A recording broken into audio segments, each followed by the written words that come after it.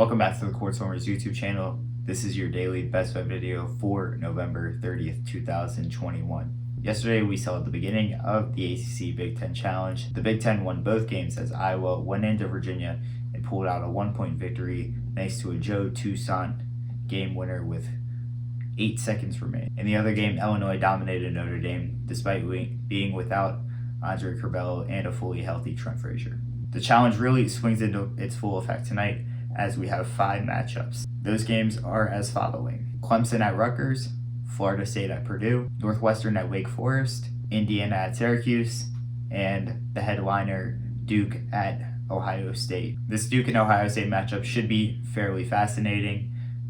Currently, the line sits with Duke -2 at the Buckeyes. Duke, of course, is coming off their massive win in Vegas on Friday night over Gonzaga. It'll be interesting to see how Duke is able to carry the momentum into this game, or if it could just be a letdown spot. We've seen Duke teams in the past struggle in their first road game of the season, and this could be much of the same. Ohio State is a talented team. However, they're not at full strength. Justice Ewing is still out.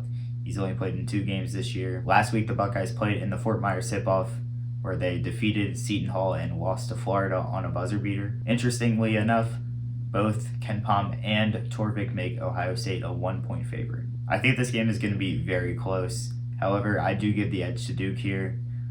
I just think Duke is too talented for the Buckeyes. Ohio State's strength is its front court with EJ Liddell and Zed Key.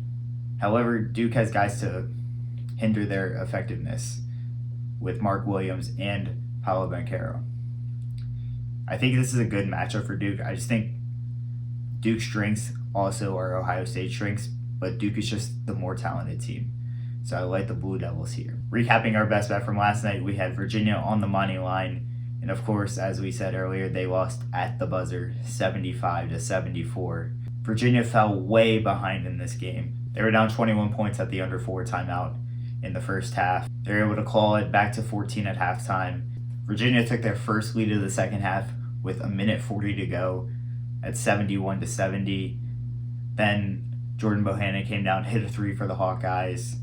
Kihei Clark was able to respond to give the Cavaliers the lead 74-73 with just 47 seconds remaining. Virginia got a stop, but then missed a free throw, opening the door for the Hawkeyes before Joe Toussaint hit the game-winning shot with 8 seconds to go.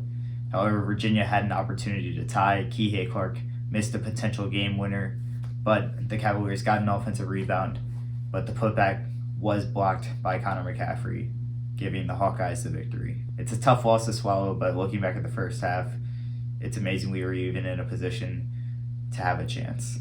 This brings our record to 11-10 on the year, so we're still positive by a little bit. We look to bounce back from our 2-game losing streak tonight with the Florida State Seminoles +11 at Purdue. Of course, it's always a little scary when you're going against one of the best teams in the country. However, Florida State uniquely matches up fairly decently with the Boilermakers. Purdue is a unique team because they rely so much on their inside game with Trevion Williams and Zach Edey. Florida State can counter them to a certain point because they have so much length. Florida State is the biggest team in the country, so they're going to be able to throw bodies at Edey and Williams, which could limit their effectiveness. Additionally, all of Florida State's guards are big, so it could make things a little more difficult for Jaden Ivey and Sasha Stefanovic on the perimeter. If Florida State's length can hurt Purdue in this game, this should cause Purdue to not be as effective from the 3-point line, which in turn would make covering an 11-point spread even more difficult.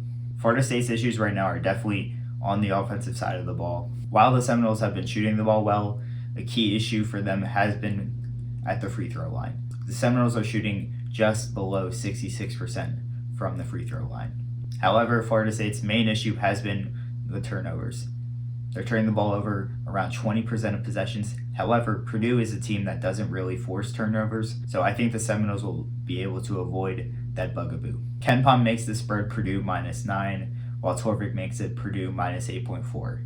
And I can't get Purdue to more than a 10-point favorite, so I think we have plenty of value here getting the 11 with Florida State. That's all we have for today. If you enjoyed the video, please be sure to like and subscribe. Thanks for watching.